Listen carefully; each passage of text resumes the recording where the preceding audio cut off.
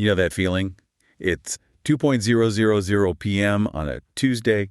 You're in a conference room, or maybe you're just staring at that grid of faces on Zoom and someone is reading a PowerPoint slide to you. Word for word. Oh, I know it well. Word for word. And the only thing looping in your head is, this meeting could have been an email. That is the universal corporate cry for help, isn't it? It really is. Yeah. But then, okay, let's take it one step further. You finally get out of the meeting, you go back to your desk, you open your inbox to write that email, and you realize, wait a minute, this email I'm typing, this same exact update I send every single week, this could have been automated. And that's when the real frustration kicks in. It stops being about, just boredom and becomes this sinking feeling that the system itself is broken. You're fighting the machinery. Exactly. And today we're diving right into that feeling. We're looking at a really fantastic piece from the team at Stellipop. It's called Simplify Outdated Corporate Processes. And it's probably worth noting who Stellipop is, because they're not just, writing this from an ivory tower. No, not at all. They're in the trenches. They do management services like fractional COO work, leadership consulting. Basically, they're the people who go into companies, pop the hood, and figure out why the engine is smoking. So they have seen the good, the bad, and the operational nightmares. They have seen it all. And so our mission for this deep dives is to figure out why smart, successful, mature businesses get so bogged down by what Stellipop calls these duct tape systems. And we're not just going to talk about the problem. We want to unpack the actual steps to audit your workflows, use automation, specifically AI, and just stop wasting your best people on busy work. Because the stakes are, they're really high. People tend to think of this as just an annoyance. Right, like, oh, the expense report system is clunky. Exactly. But it's not just about annoyance. It is about cost. Hard cost. Time, money, momentum. The core idea here is that scaling isn't just about getting bigger. It's about being built to grow. If you're not built for it. If you're not, growth doesn't make you successful. It breaks you. That is a terrifying thought. Okay, so let's dig into that duct tape metaphor, because I think everyone can. Enterprise system, you have a spreadsheet and, a prayer. And that's okay at the beginning. It's totally fine. It's necessary even. When you're 3 people in a garage, you do what works. You shout across the room, hey, can we spend $500 on this? Sure, and it's done. It's fast, it's agile. But here's the trap. You grow. You hire 10 people, then 20. And the source makes a really key point here. The problem isn't that you lack talent. You've got smart people. The problem is that duct tape is still holding everything together. So you're trying to run a 50-person company with 3-person processes. Precisely. And eventually that tape just snaps. And Stellipop calls this falling into an operational black hole. Okay, that sounds pretty ominous. What does that actually look like day to day? Well, it's insidious because it happens so slowly. Remember that shouting across the room approval? Maybe that becomes a Slack channel. For 5 people, that's great. For 50 people, it's just a rushing river of noise. Things get lost instantly. Or you have the key person problem. Yeah, the Steve problem. Right. We can't launch this campaign until next week because Steve is on vacation and he's the only one with the login. That is the operational black hole. It's where momentum goes to die. All the knowledge is trapped in one person's inbox, or worse, just in their head. And the cost of this it's just tragic. Think about your new hires. The people you just spent a fortune to recruit. Exactly. You bring in this brilliant person, they're so excited, and what do they spend their first month doing? Playing detective? They spend more time searching for the SOP than actually doing the work. Hey, where do I find this? Oh, ask Sarah. Sarah sent me to Mike. Mike uses a different folder. It's maddening. It's a total waste of human potential. You have your smartest people doing data archaeology. Stellipop had this great line. They called it a game of telephone meets digital scavenger hunt. Which is funny until you remember that game is your profit margin. It's your entire P&L. And it burns people out. Smart people hate doing dumb work. So true. Okay, so we've diagnosed the patient. We're in the black hole. The duct tape is peeling. How do we start treatment? Step 1, according to Stellipop, is auditing for friction.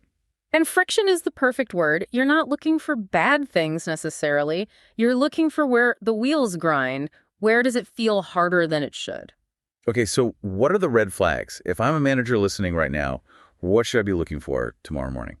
The biggest one, and I think the easiest to spot, is manual repeat tasks. The classic copy and paste job. If you have a human being acting like a computer script, you have a problem. Pulling the same data every Friday, reformatting the same report every month, logging into 3 different platforms just to click approve, that's a huge red flag. And it seems so obvious, but we just accept it as part of the job. We think, oh, it only takes 10 minutes.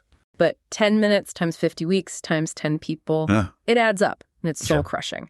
The next big one is broken communication loops. This is when a project just stalls because everyone's waiting, but nobody knows who they're waiting for. The dreaded ghost email. Yes.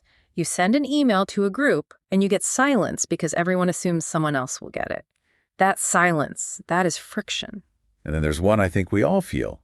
Tool overwhelm. The paradox of productivity, right? We have Slack and Asana and Trello and Jira and Teams. And pretty soon, managing the tools is the work. I feel that in my bones. If your team is spending more time figuring out where to post an update than actually writing the update, you have tool overwhelm. That's friction. And the last one they mentioned is one of my personal pet peeves.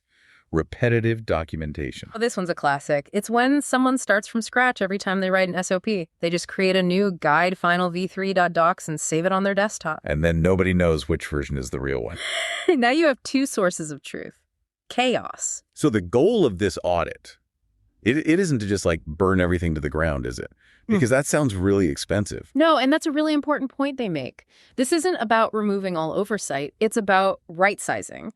Your processes need to match your current team size and your future goals. So don't build a Google-sized process for a 50-person company, but don't keep the garage startup process either. Exactly. Find that middle ground. Okay, so we found the friction points. We have our list. Now we get to step 2. Asking the hard questions.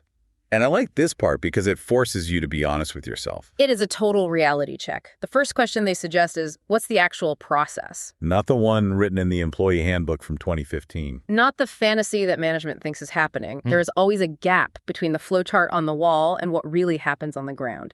You might think the process is simple. Submit, review, approve. But the actual process is submit request, ping the manager on Slack, they ignore it, you catch them in the hallway, they say, just use my login, and an intern ends up clicking approve. Exactly. That's the shadow process. And if you try to automate the theoretical process, the one that nobody actually uses, you're just going to fail. You have to map reality first. That is a great point. You're just automating a fantasy otherwise. The next hard question is, who owns it? And I'm guessing if the answer is everyone, that's a bad sign. Everyone is the worst answer in business. It means no one. If everyone owns it, no one owns it. Accountability has to be specific. And finally, they mention this balance between speed versus clarity. This is sort of the warning label here. Don't overcomplicate the fix. We want things to be fast, yes. But if your new process is so fast that nobody understands what just happened or why a decision was made, you've just created faster chaos. Okay, so let's get to the solution. Step 3, the AI and automation fix. Now, before people start worrying about robots taking over. Right. The source is really clear on this. Their philosophy is that AI isn't here to take over the company. It's here to take over the drudgery. It's about making your team faster and smarter, not replacing them. Let's get into the comparisons they make. The outdated versus the updated way. The first one, knowledge management, really hits home. It's the biggest game changer, I think. The outdated way is what we talk about. You're digging through old emails, Google Drive, Slack, long-forgotten Notion docs, trying to find an answer. I swear we decided this back in Q2. Right, and you waste an hour finding it. The updated version is an AI-powered search that sits on top of all that. You just ask it a question, what was our decision on the Q3 budget, and it pulls the context from everywhere. The ROI on that is so clear. You're not paying people to search anymore. You're paying them to know. And onboarding gets so much faster. A new hire can just ask the AI instead of tapping their manager on the shoulder every 5 minutes. Okay, what about SOP creation? Because writing documentation is, I think, one of the most hated corporate tasks. It's definitely up there, and this is where you can get immediate relief. The outdated way is a team lead blocks off 4 hours to write a doc that, let's be honest, nobody's going to read. It just gathers digital dust. The updated way. You use AI to turn a meeting transcript or a recorded screen share into documentation. You just record yourself doing the task once, talking through it, and the AI transcribes it, pulls out the key steps, and formats it into a guide. That just lowers the barrier to entry so much. Right. If you can do the task, you can document the task. It's amazing. They also mentioned hiring. Now, this one's a little sensitive. It is, and they're careful about it. The outdated way is HR manually scanning hundreds of resumes. Their eyes glaze over. They're going to miss good candidates just because they're tired. Decision fatigue. It's a real thing. It is. The updated way is to use AI for pre-screening. It scans for your criteria, flags qualifications, and it highlights the top talent for a human to review. The AI isn't making the decision, it's just clearing the noise so the human can focus on the signal. And the last one is reporting, the bane of every middle manager's existence. Outdated, spending all of Friday morning copying and pasting charts into a PowerPoint. Updated.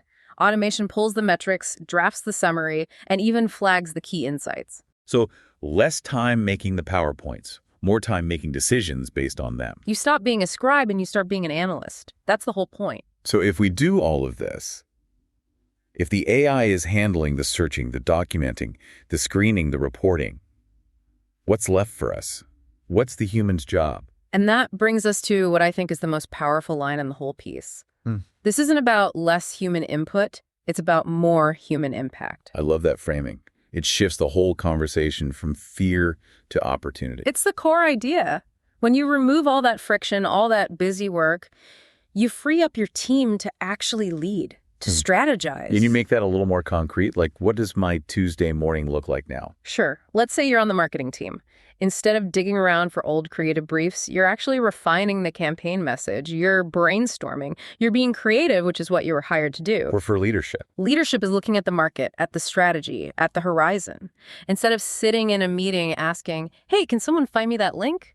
Or did we pay that invoice? It's moving from being reactive to proactive. And think about those new hires again. They come in and the system just works. They feel empowered from day one, not confused by all this tribal knowledge. It really does sound like an operational utopia. But I have to be the devil's advocate here. We've all seen this happen. You have a big initiative, you fix a few things, and then 6 months later, the duct tape is right back on. The drift is real. Entropy is a law of nature, and it applies to business processes too. If you leave a garden alone, weeds grow. So how do we prevent the weeds? Stellipop has a maintenance plan, right? They list 5 rituals. Yeah, and it starts with just acknowledging that saying we'll fix it later is a trap. These things compound. They suffocate you over time. You have to commit to maintenance. Okay, let's run through them. Number 1, quarterly reviews. Simple but powerful. Every quarter, you sit down and look at your workflow and your tech stack. Is this tool still helping? Is this process working? It's like cleaning out the garage. You have to do it regularly. And you have to be willing to get rid of stuff. Absolutely. Unsubscribe. Number 2, process owners. This goes back to accountability. You assign specific people who own the way the work gets done. If the invoicing process is broken, we know exactly whose job it is to fix the process, not just that one invoice. I like that. Number 3, AI tools.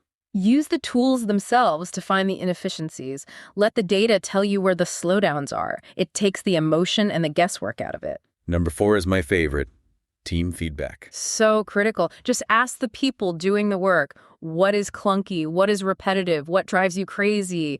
They know where all the bodies are buried. And you actually have to listen to them. You have to listen and you have to act.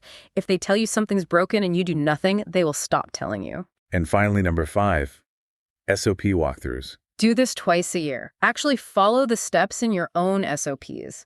Because software interfaces change, steps become obsolete. If you don't check them, your SOPs become fiction. Like checking the expiration date on the milk. Exactly, or things get sour fast. So we've gone from the duct tape, we've stared into the operational black hole, we've audited for friction, and we've applied the fix. It feels like a journey from total chaos to clarity. It is, and the goal isn't just a cleaner system. It's a business that can actually handle growth. Which brings us to the final takeaway. The goal is to focus on results, not roadblocks. That's it in a nutshell. Now, before we wrap, I want to leave our listeners with something to think about. We spent this whole time talking about internal operations. Yeah. You know, the plumbing of the business. Right. But if you look at the other articles on the Stellipop site, one of the titles is, well, it's pretty provocative. It asks, is your brand the ugly baby in the room? It is a memorable image, for sure. It really is. So what do you make of that in the context of what we've just been talking about? You know, it raises a really interesting and maybe uncomfortable point. A lot of the time, we hide behind our own operational chaos. What do you mean? We say things like, oh, we can't focus on the brand or the customer experience right now. We're just trying to keep the lights on. We use our internal mess as an excuse. Oh, that's good. The busy work becomes a shield. Exactly. But what happens when you do all this work? When you fix the operations and streamline everything, you strip away that excuse. Suddenly, your execution is flawless. The product is on time. The service is great. Oh, And if your execution is flawless, the only thing left for people to judge is the actual brand, your message, your identity. so fixing your operations might actually reveal that your brand is the next thing that needs serious work. Exactly. When your house is finally in order internally, it forces you to make sure the front of the house looks good too. It forces you to level up everything. That is a powerful thought to end on. Get your house in order, but be ready for what that clarity reveals about everything else. Absolutely. Well, that's all for this deep dive into escaping the operational black hole. We hope you found something useful here to take back to your team. Or at least an excuse to automate that weekly email. Please, automate the email. Thanks for listening, and we'll catch you on the next deep dive.